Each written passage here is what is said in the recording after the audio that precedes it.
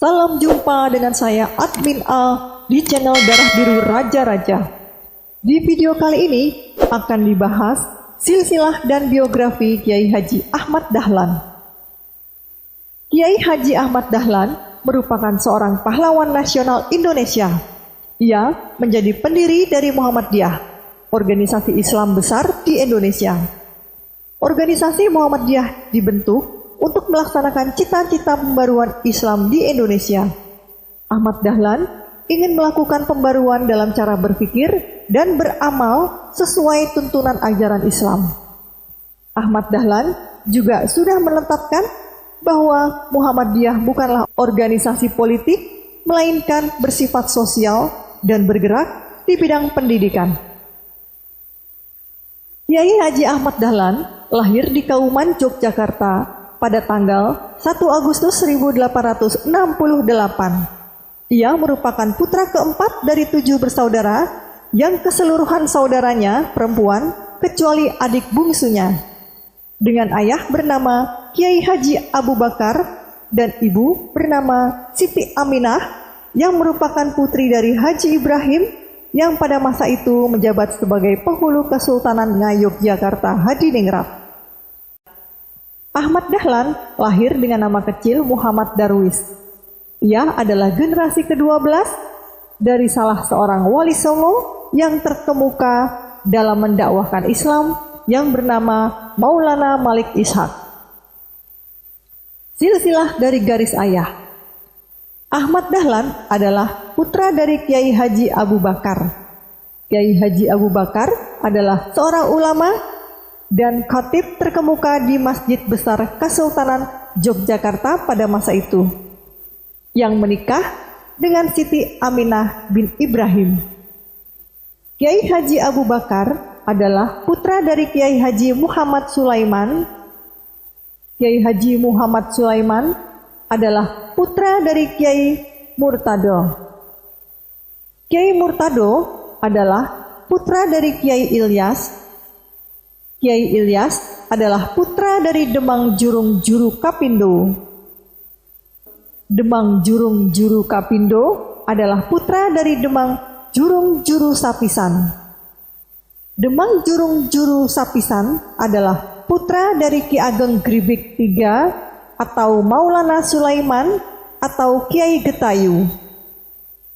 Ki Ageng Gribik III atau Maulana Sulaiman adalah putra dari Ki Ageng Gribik II atau Ki Ageng Pangkak Nyana atau Pangeran Wasijiwa. Ki Ageng Gribik II atau Ki Ageng Pangkak Nyana menikah dengan Raden Ayuledah. Sekarang saya sebutkan dari garis patriark dulu, yakni Maulana Sulaiman atau Ki Ageng Gribik III atau Kiai Getayu yang merupakan putra dari Ki Ageng Gribik II atau Ki Ageng Pangkak Nyana atau Pangeran Wasijiwa adalah putra dari Ki Ageng Gribik I atau Raden Jaka Dolok atau Ki Ageng Jatinom. Ki Ageng Gribik I atau Raden Jaka Dolok atau Ki Ageng Jatinom adalah putra dari Sunan Tembayat atau Ki Pandanaran II atau Sayyid Maulana Muhammad Hidayatullah. Sunan Tembayat atau Ki Pandanaran II atau Sayyid Maulana Muhammad Hidayatullah adalah putra dari Ki Pandanaran I atau Ki Ageng Pandanaran atau Ki Ageng Pandan Arang atau Maulana Islam. Sekarang saya sebutkan dari garis matriark.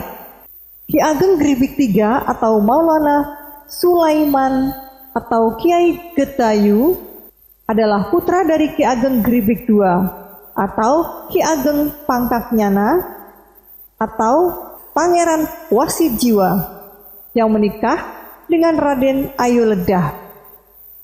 Raden Ayuledah adalah putri dari Sunan Prapen Adi atau Sunan Giri IV atau Maulana Muhammad atau Sunan Raden Mas Pratikal.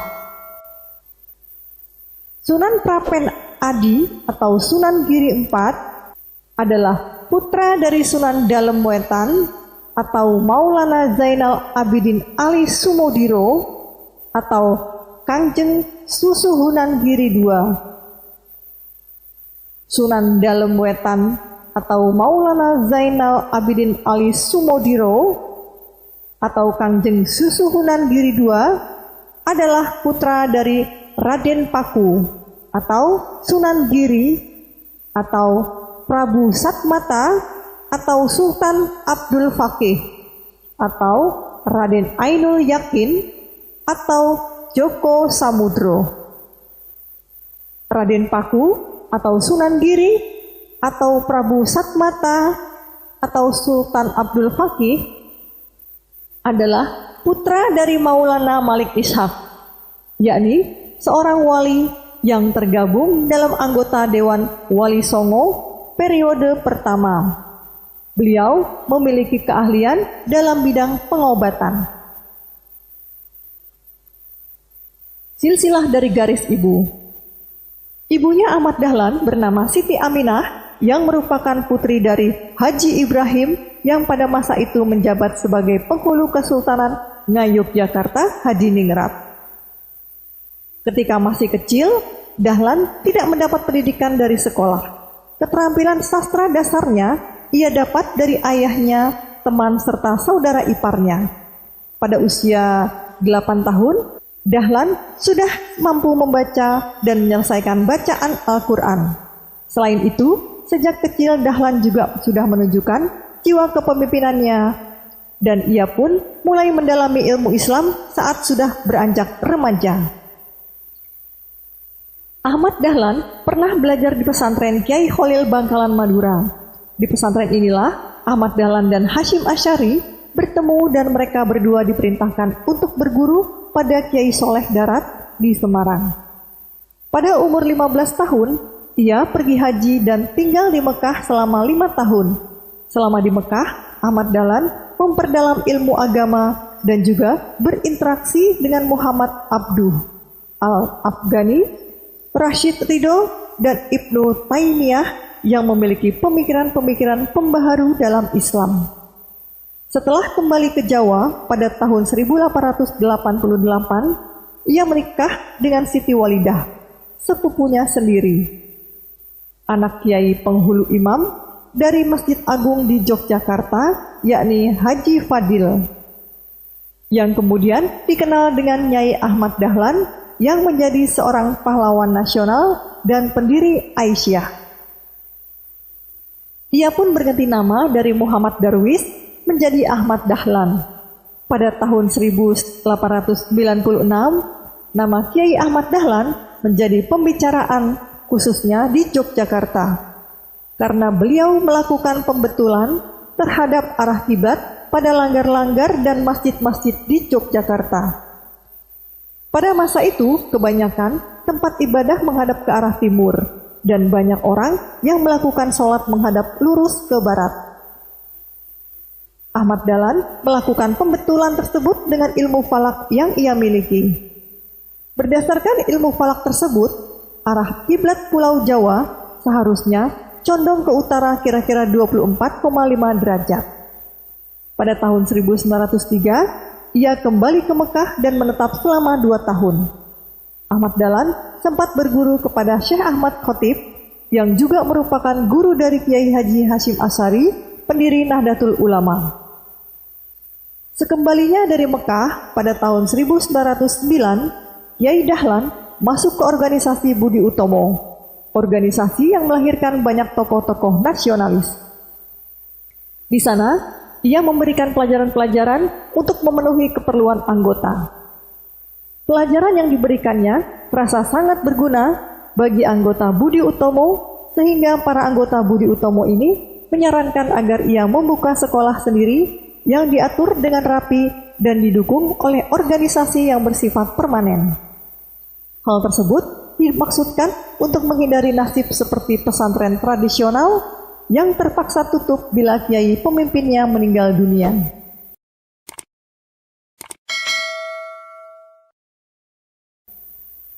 Saran itu kemudian ditindaklanjuti oleh Kiai Dahlan dengan mendirikan sebuah organisasi yang diberi nama Muhammadiyah pada tanggal 18 November 1912 atau 8 Zulhijjah 1330 Hijriah.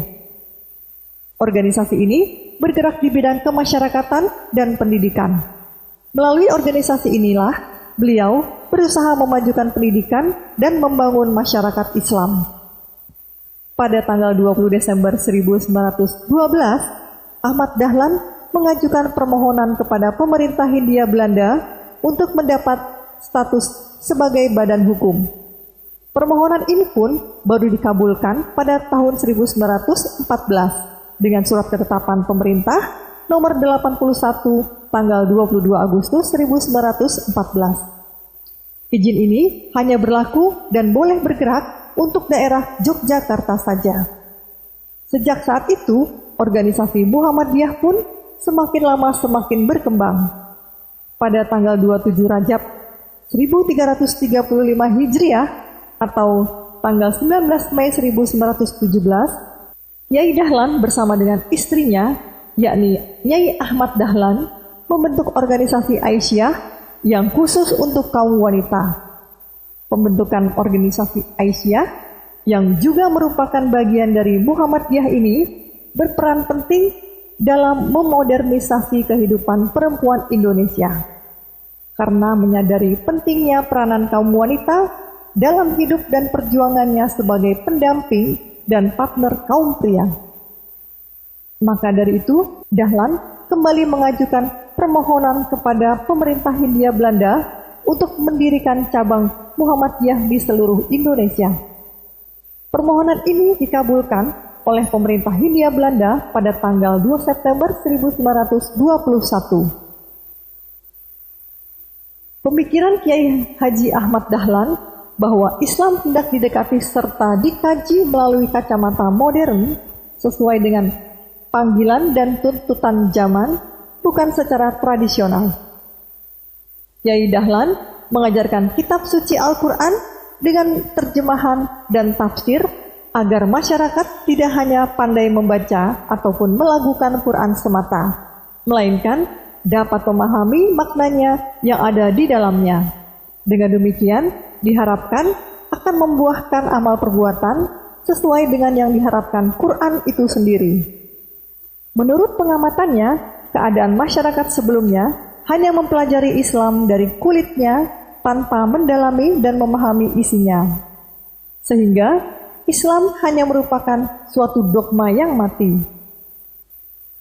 Di bidang pendidikan, ia mereformasi sistem pendidikan pesantren zaman itu, yang menurutnya tidak jelas jenjangnya dan tidak efektif metodenya, lantaran mengutamakan menghafal dan tidak merespon ilmu pengetahuan umum.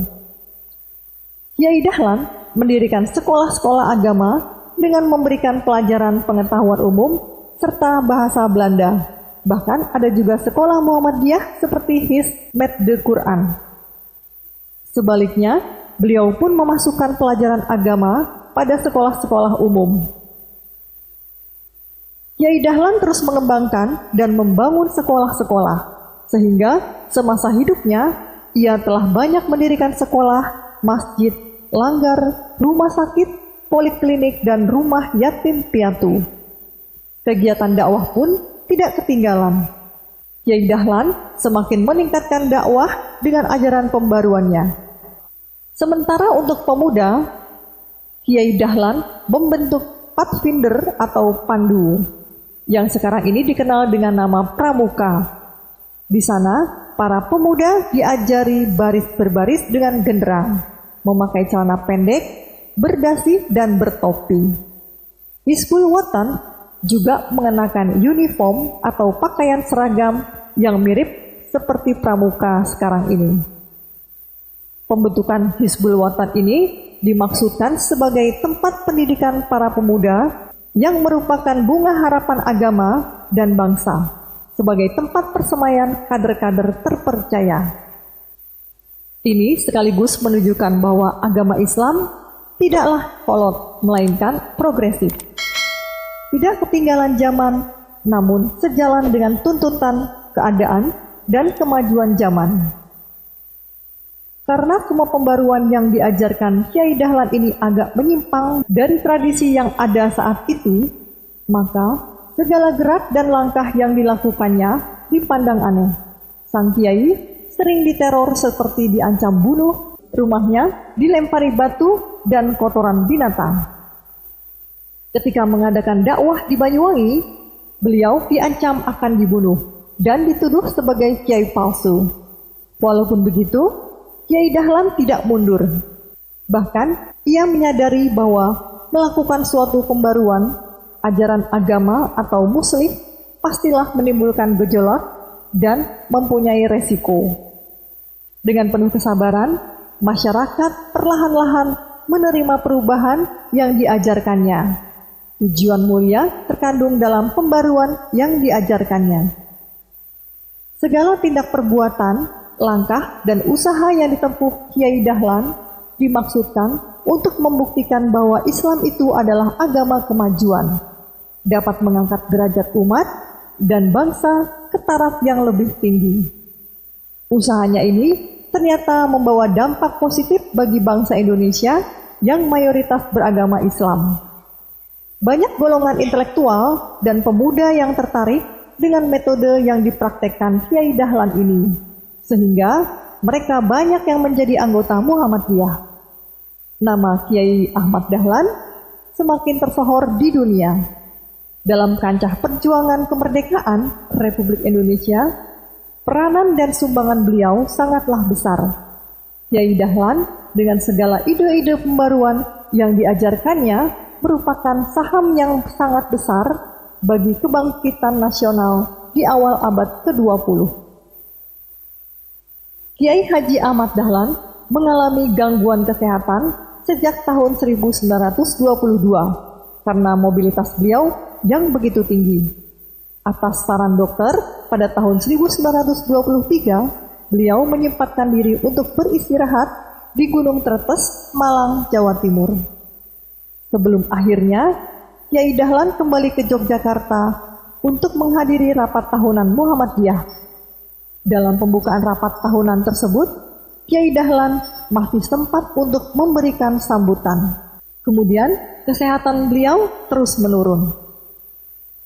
Ahmad Dahlan meninggal dunia di usia 54 tahun di Yogyakarta pada tanggal 23 Februari 1923. Beliau kemudian dimakamkan di Kampung Karangkajen, Brontokusuman, wilayah bernama Mergangsan di Yogyakarta.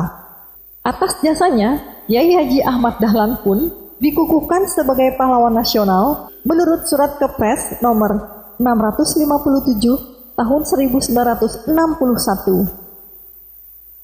Dasar-dasar penetapan Ahmad Dahlan sebagai pahlawan nasional adalah: 1. Kyai Haji Ahmad Dahlan telah mempelopori kebangkitan umat Islam untuk menyadari nasibnya sebagai bangsa terjajah.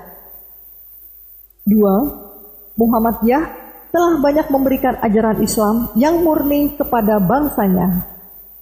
3. Muhammadiyah telah mempelopori amal usaha sosial dan pendidikan yang amat diperlukan bagi kebangkitan dan kemajuan bangsa dengan jiwa ajaran Islam.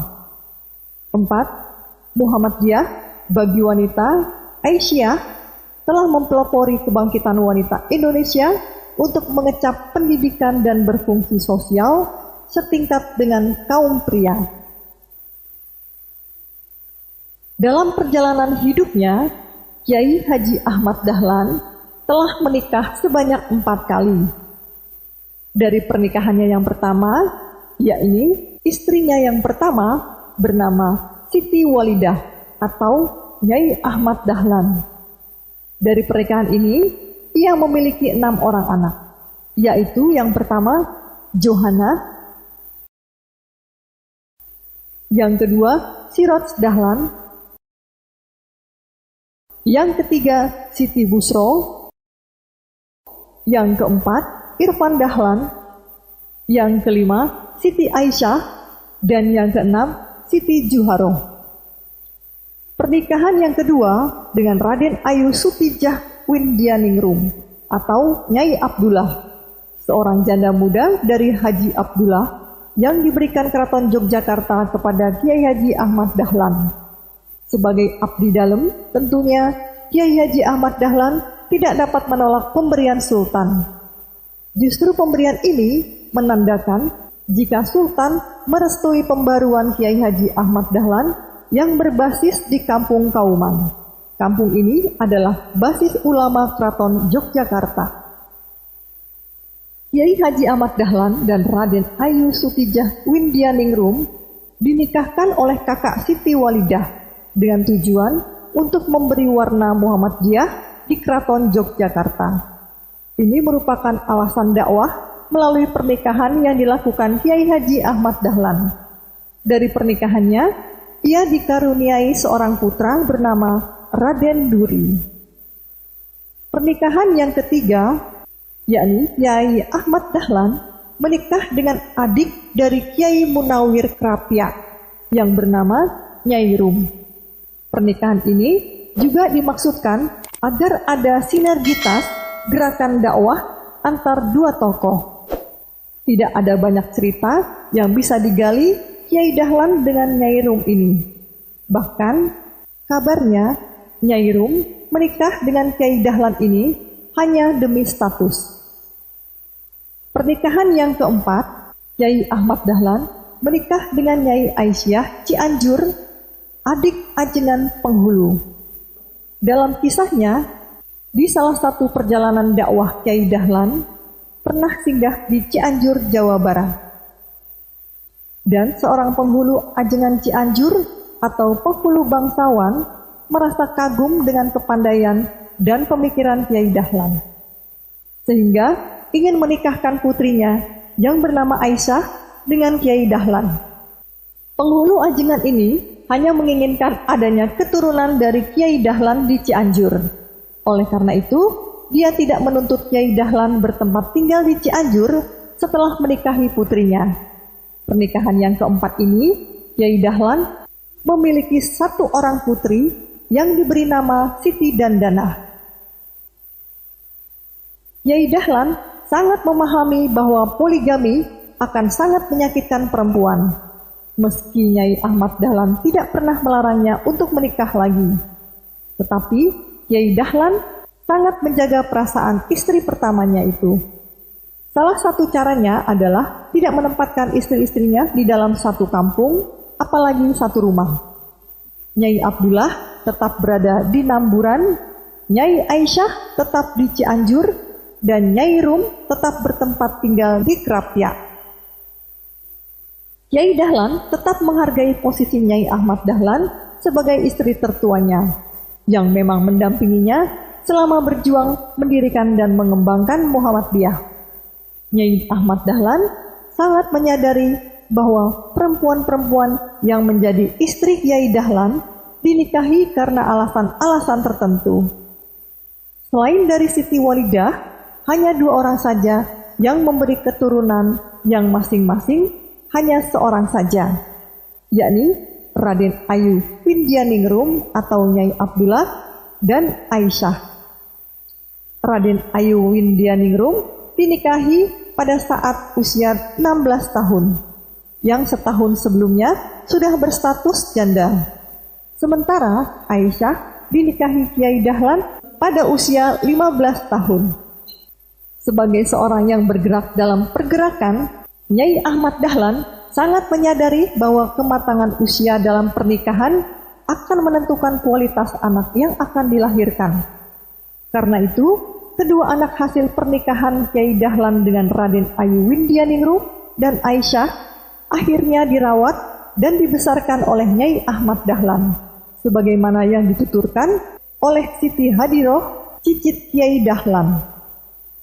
Demikian perhatiannya Nyai Ahmad Dahlan pada anak-anak itu, sampai mereka tidak tahu kalau ibu yang selama ini mengasuhnya adalah bukan ibu kandungnya.